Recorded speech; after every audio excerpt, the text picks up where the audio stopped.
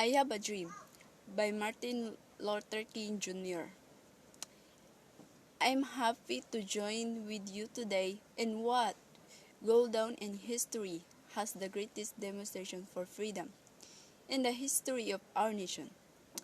5 score years ago, a great American, it was symbol like shadow we stand today, signed the emancipations of Proclamation. This as Epaminondas degree come as a great beacon light of hope to millions of Negro slaves who have been scraped in the flames of wintering injustice. It came as a joyous daybreak to end the long night of their captivity. But 100 years later, the Negro is still not free. 100 years later, the life of the Negro is still sadly crippled by the manticores of segregation and the chains of discrimination. 100 years later, the Negro lives on a lonely island of poverty and the maze of a vast ocean of material prosperity. 100 years later, the Negro is still languishing in the corners of American society and finds himself and exiled in his own land. And so we come here today to dramatize a shameful condition it in a sense would come to our nations. Capital to cast a check with the architects of our republic were the magnificent words of constitutions and declarations of independence. They were signing a promissory note to which every American was to fall tired, and this note was a promise that all men and yes, black men as well, a promise that would be granted the unalienable rights of life, liberty, and the pursuit of happiness. It is obvious today that American has defaulted on this promissory note, and so far has here netizen of color concerning. Instead of honoring this great obligation, American has given the Negro people a bad check, a check which has come back marked insufficient funds, but we refuse to believe that. The Bank of Justice is bankrupt. We refuse to believe that of opportunity of this nation. And so we come to cash this check, a check that will give us upon demand the riches of freedom and the security of justice. We have also come to this hollow spot to remind Americans of the friend's urgency of now. This no time in jest and the luxury of calling off or to take the tranquilizing drugs of gradualists. Now is that to make the real the promise of democracy. Now is time to rise from the dark and desolate valley of disagreement to the sunlit path of racial justice. Now is the time to lift our nation from the quicksands of racial injustice to the solid rocks of brotherhood. Now is the time to make justice a reality for of God's children. It would be fed up for the nations. Overlook the urgency of the moment. This as sweltering summer of the Negroes' legitimate discontent will not pass until there is a invigorating autumn of free and equality.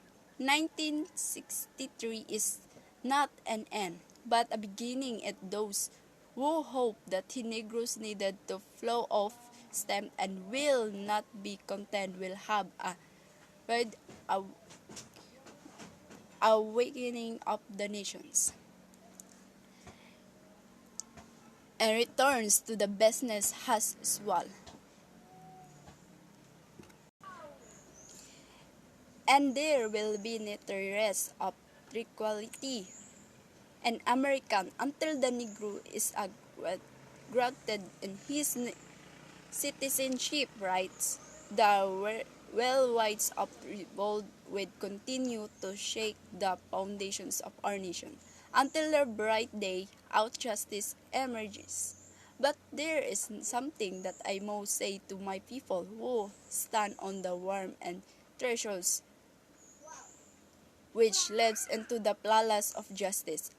In the gaining our rightful place, we must not guilty of wrongful deeds. Let us not seek to justify our desire for freedom by drinking from the cups of bitterness and hardness. We must forever and for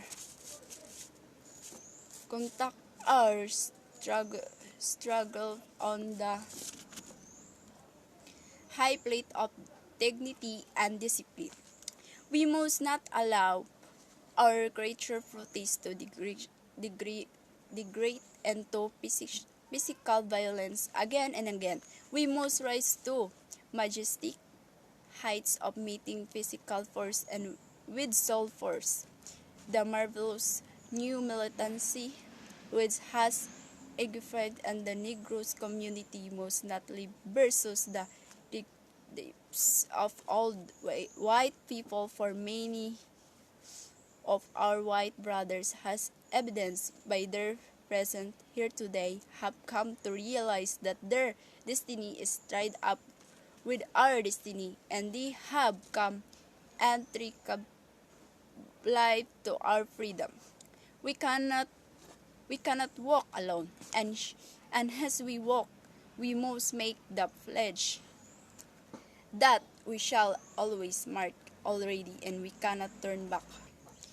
I have a dream that one day this nation will rise up and live out the true meaning of its creed.